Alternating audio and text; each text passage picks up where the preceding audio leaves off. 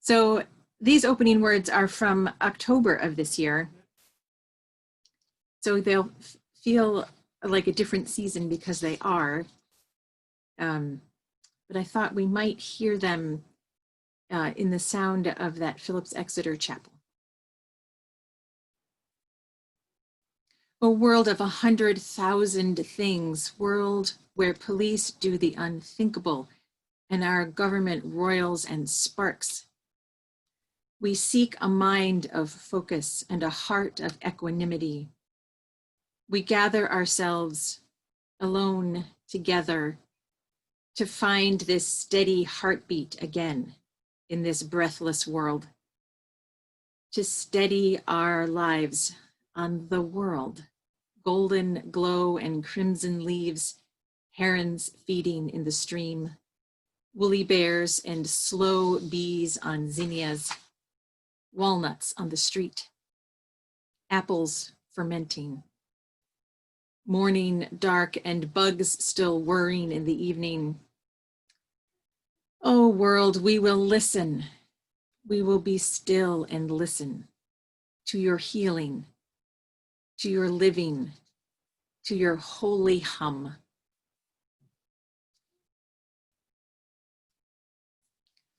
I invite you to light your chalices or gather your cairn or however you are marking our shared holy space together, and join in saying the words of our covenant so that we can hold the world and our community in the midst of this turmoil and hear that holy hum, see that bright holy spark. Love is the doctrine of this church. The quest for truth is its sacrament, and service is its prayer. To dwell together in peace, to seek knowledge in freedom, to serve humanity in fellowship, to respect the nurturing power within all of us. Thus do we covenant. I invite you to join in singing our opening hymn, Oh, We Give Thanks. The words will be in the chat and they're also in the emailed order of service.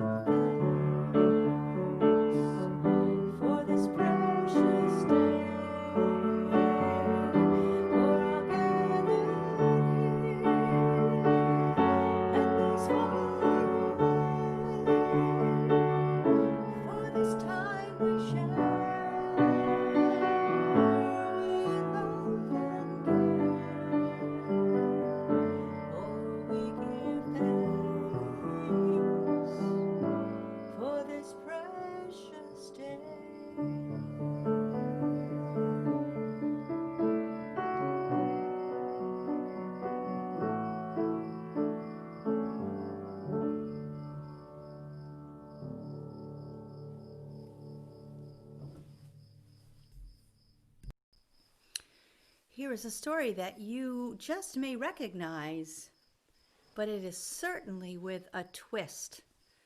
It is with a choir twist. And I think that is all I'm going to say, other than that it may be very helpful to view this in speaker view. And then you'll see each person. All right. Let me hear what you will speak. When I turn to you, my heart, let me hear what you will speak. When I turn to you, my heart, let me hear what you will speak. When I turn to you, my heart, let me hear what you will speak. When I turn to you, my heart. Once upon a time, the sky god, Niame, gave Anansi the spider an unusual gift. It was a pot which had in it wisdom, all the wisdom in the world. May today there be peace within. May you trust you're exactly where you're meant to be. May you not forget the infinite possibilities that are born of faith. May you use those gifts. Saint Therese of Lisieux. Well, son, I'll tell you, life for me ain't been no crystal stair. It's had tacks in it and splinters and boards torn up. Boy, don't you turn back. Don't you set down on the steps 'cause you find it's kind of hard. Don't you fall now. Langston Hughes. Wade in the water. Wade in the water, children. Wade in the water. God gonna trouble the water. Traditional spiritual.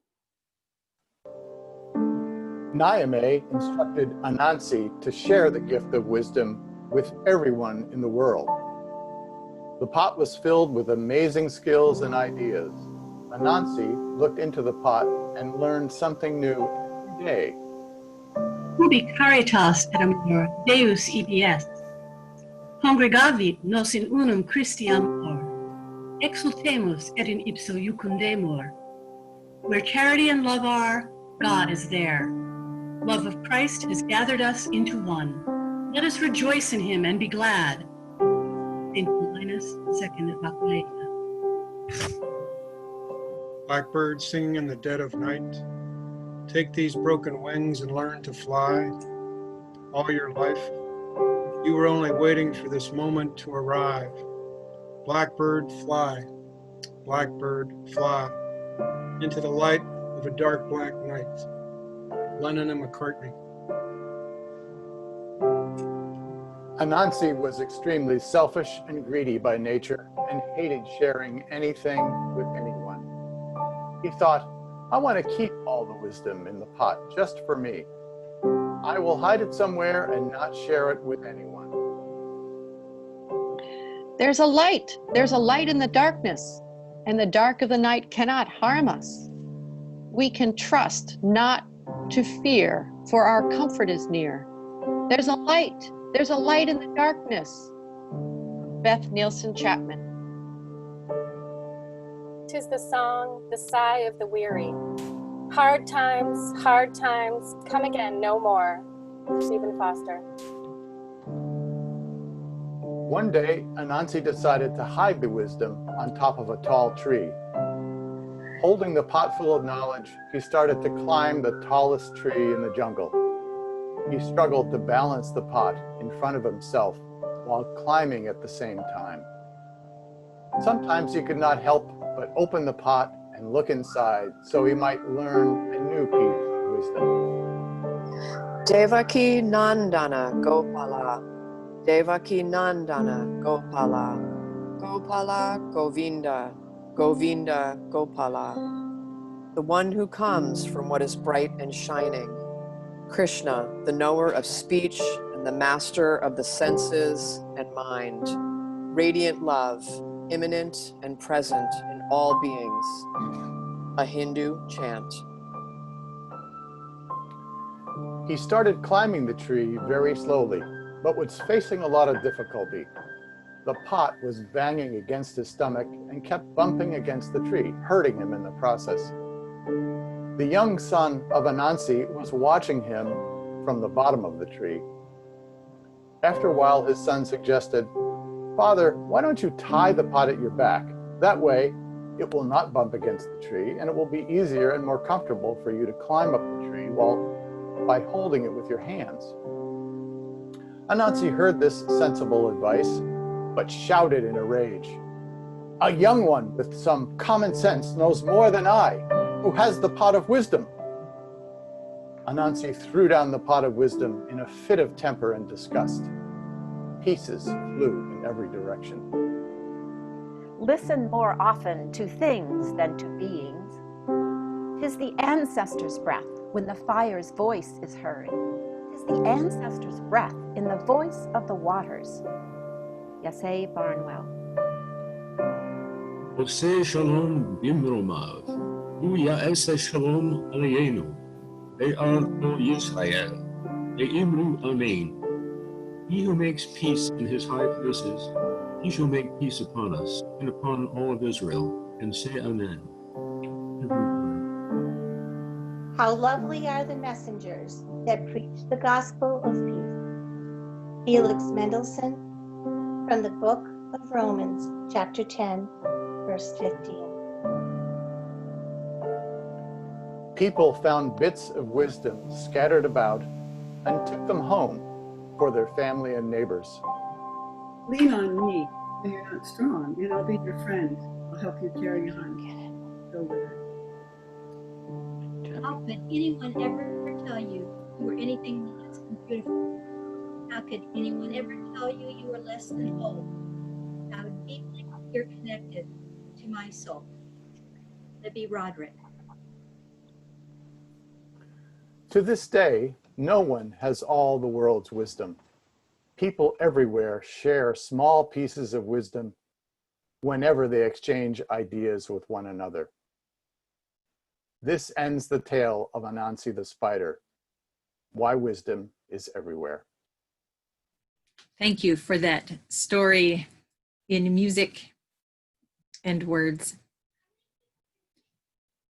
I invite you now to notice where wisdom has been scattered this year, where you have run into wisdom that is the kind of wisdom that is knowing things and the wisdom of the heart. And let us be thankful together for those places we have met wisdom.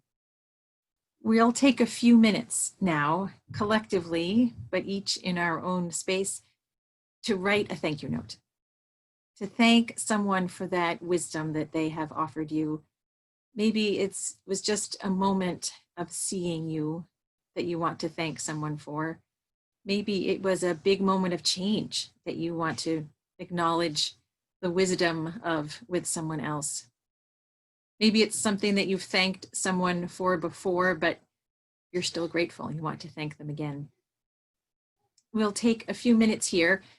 If you look at the link that's posted in the chat and came with the order of service, there are pages there with exuberant stationery for thank you, but any paper does well for thanking someone. So we'll have a few minutes. Mary will hold us in music, and I invite you to write either to someone in our community or someone in the world who could use some thanking. And if you write a note to someone and discover in our community and discover that you don't have their address, you can contact the office and we can help you find that address. If we get lots of requests, it may take us a few days to get back to you. But in these hard times, it is easy sometimes to miss expressing that gratitude, and so important to do so. Let us be grateful.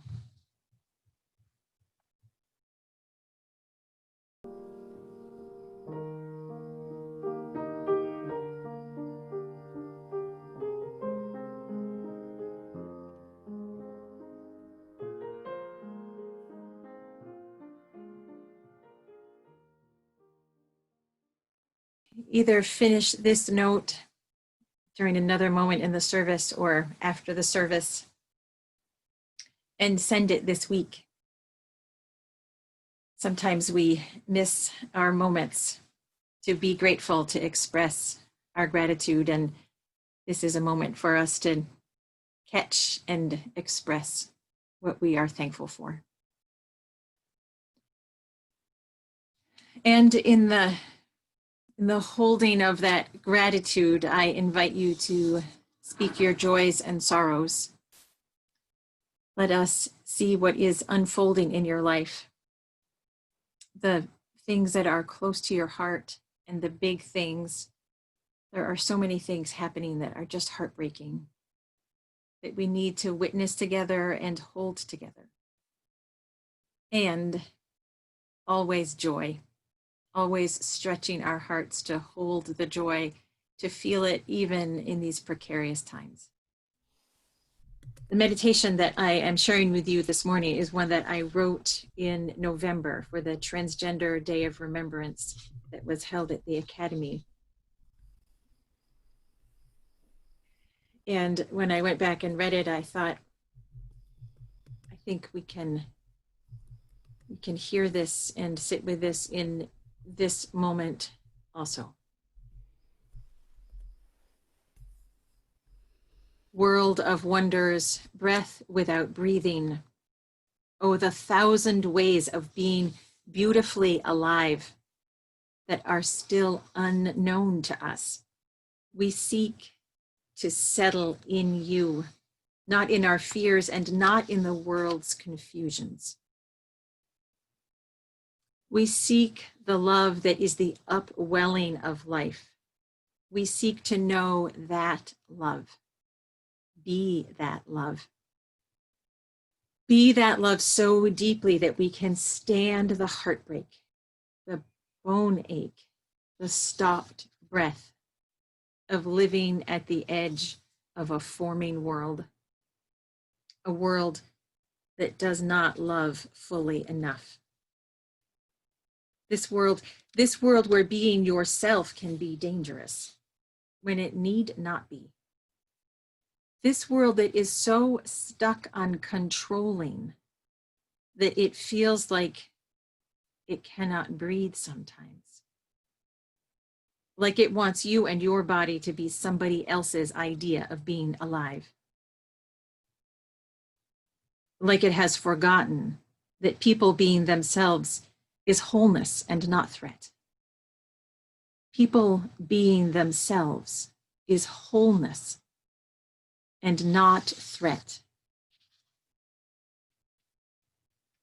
Breath of life, we seek your company as we keep taking the next step of becoming in this fragmented, fractured fury. Wonder of being, we long for your presence in our thumping hearts and cracked hands, in the stacked vertebrae of our backs and the soft of our bellies, our expectant eyes. These eyes with which we face the world as it is. And breathe. And breathe. May this quiet deepen our compassion.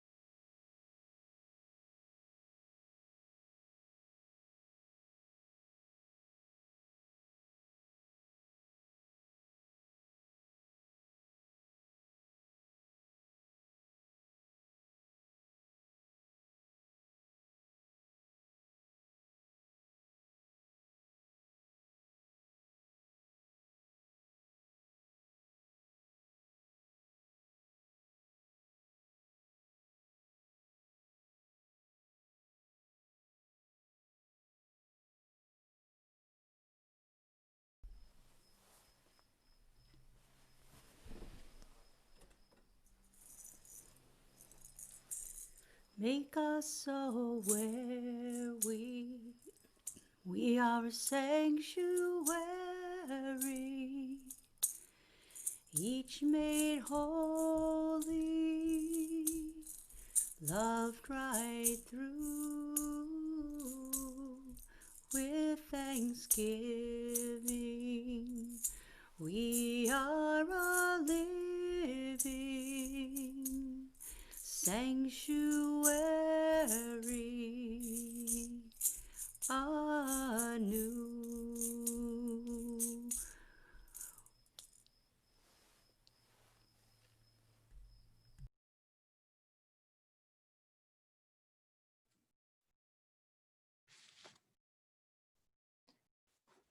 We started this year in the warm wooden space of the Phillips Exeter Chapel with the resonance for music that that space holds. And I started the year talking about wayfinding, which is the title of a book. And that word and that book are about how we find our way physically in the world. And the author of that book found that the stories that we tell and the way we physically find our way in the world are woven together, metaphorically and physiologically in our minds. And so this year has been a year of wayfinding, of continually finding our way in space and in our story. It was true at the beginning when we were out of our space for renovations, and it's even more true now in this strange story, in this strange land. And it has occurred to me that one of the reasons this time is disorienting is that we don't have the same relationship to our space. We can't go to many of the places that we're used to going and can't be there in the same ways.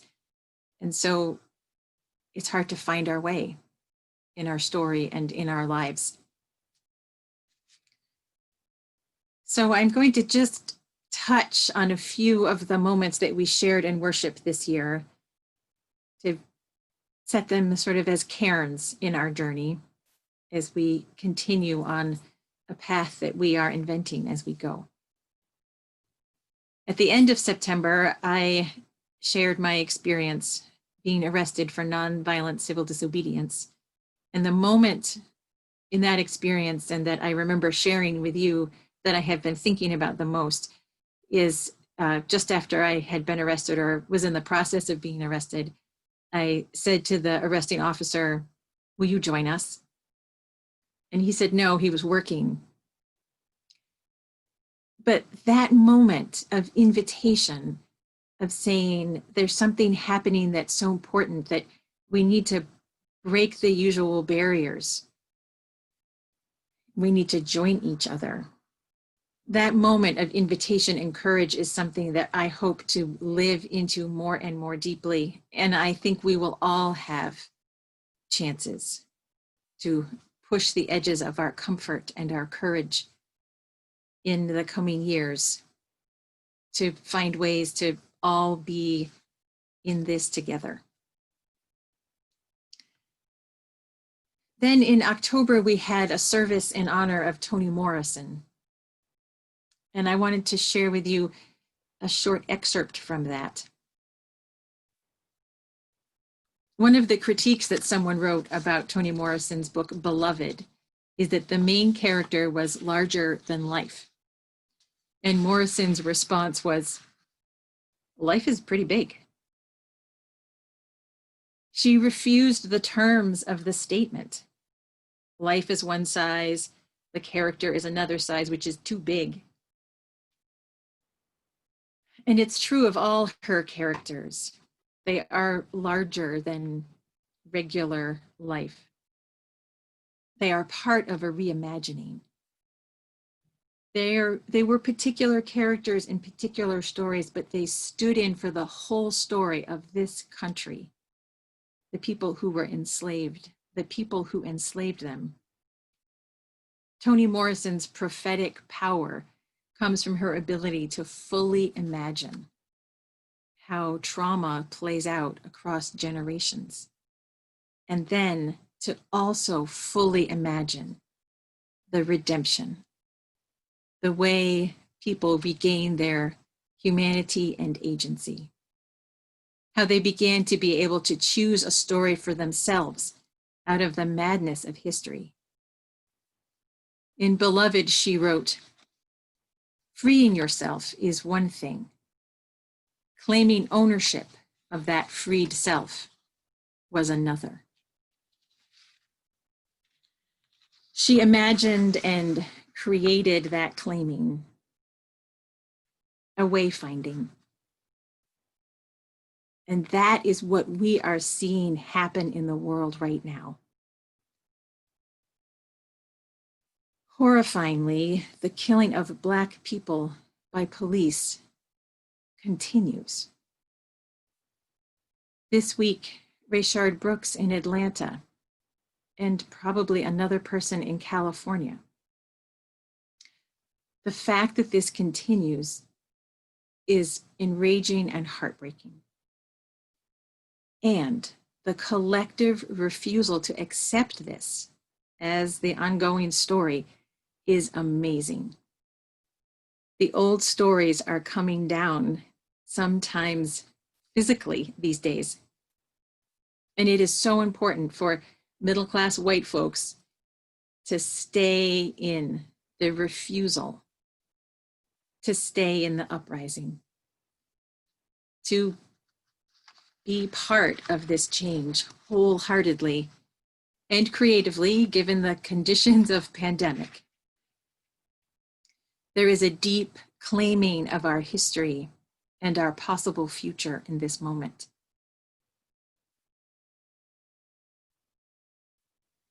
And another moment that had this intensity that I looked at this year was at winter solstice, when our president was being impeached and there was anti-Jewish violence in the world. We had a solstice service about kindness and how kindness might be a way that we find our way together again. And if you were there that day, you may remember when we had pine branches to reenact the story that Mary told us about the pine tree that sheltered the sparrow.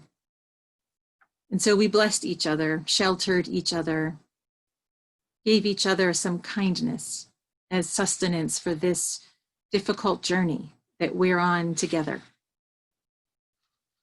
So I hope you can remember that feeling of blessing, even if the specific words may not stay with you. You may remember Christmas, when so many of us together told the story of justice and kindness in the world. And then we stepped into the new year that we had no idea what it would hold. We stepped into that year with a series of sermons about help, how we ask for it, how we accept it, and that remembering that asking for help as if there is enough in the world to respond to your request is part of how we live into the reality that we're all in this together. That's our wayfinding spiritual work for this century. The last sermon that I gave in the PEA chapel was based on the book, The Soul of Money. And she talks about how our culture has so long told a story of scarcity. And the woman who wrote the book, says that we have believed the story of scarcity, even though it isn't true. She has worked with people with a lot of resources in New York and people without a lot of physical resources in a number of other countries. And she has stitched those people together because she thinks that everyone has some kind of abundance, and that when we stitch our stories and our lives together, we find out how much abundance we have to share. At the end of that sermon, I said this spring I would talk about her ideas about enough and sufficiency. Well, I didn't do that this spring. We grappled with pandemic life, and now we're engaged in this uprising.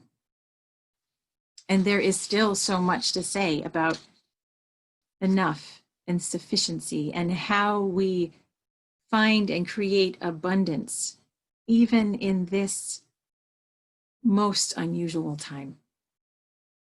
And so we will, in this next year, talk about that.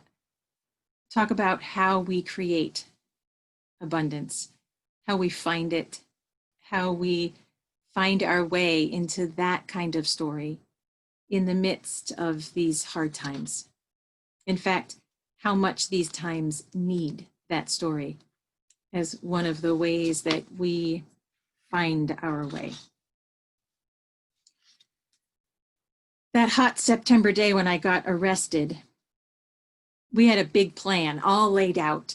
This team was going to do that, and this team was going to do this, and it was going to be intricate and fabulous. And shortly before we engaged it, we discovered that the police knew everything, and we couldn't do any of our plan. And we had to make a new plan right then, standing on the asphalt in the heat. And so we did. We made a way as we walked. And part of how we did it is that we stopped over and over again and said, why are we here? Well, what do we love so much that we're willing to be in this risky situation, this uncertain situation?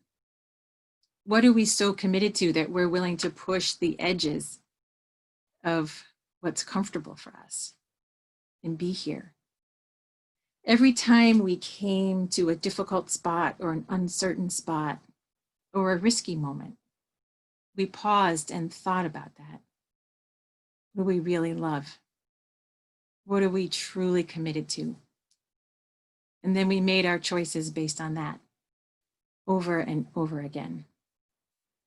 It was the strangest experience that I have had, and it was the best training I have had to live through this moment with you, to just keep asking that.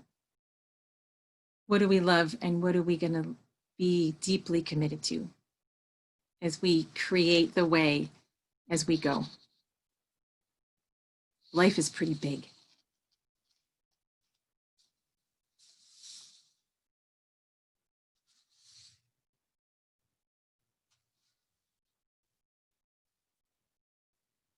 One of the practices that we invented as we went here was our offering practice.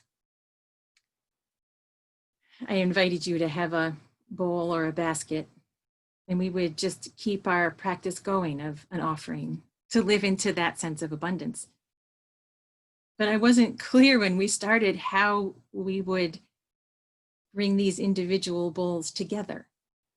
What would we create?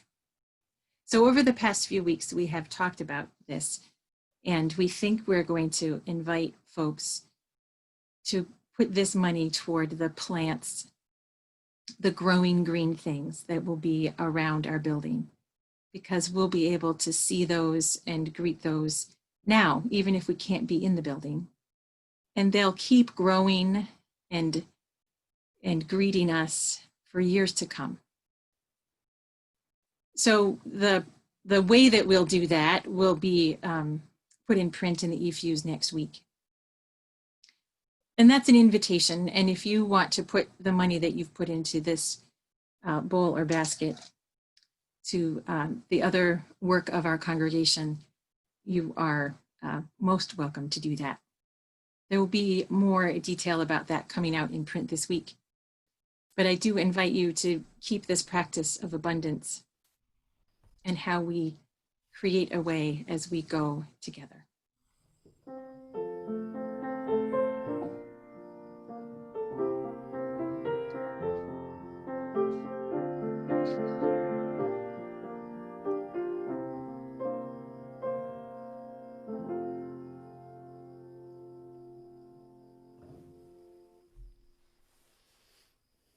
And I invite you to sing our closing hymn, Guide My Feet.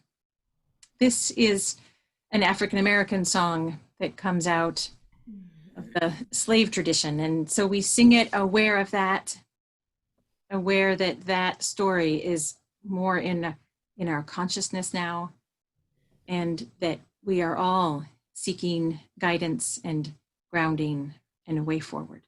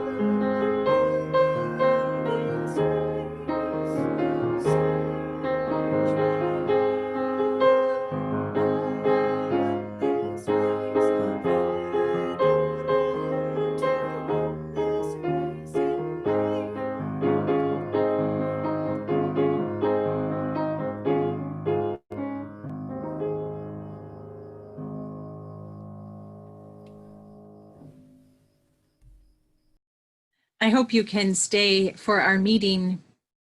And if you can't, we send you off with our blessing. I invite you to say our unison benediction together. And this morning, I invite you again to put your hands up. You can find the edges of your screen. Make contact with your neighbors and join in that. It's hard when there are two of you sitting together, isn't it? Join in our unison benediction, knowing that we are connected and creating together, even in these strange times. Go in peace. Speak truth. Give thanks each day. Respect the earth and all creatures, for they are alive like you. Care for your body. It is a wondrous gift. Be gentle with yourself. Live simply. Be of service. Be guided by your faith, not your fear. Go lightly on your way. Walk in a sacred manner.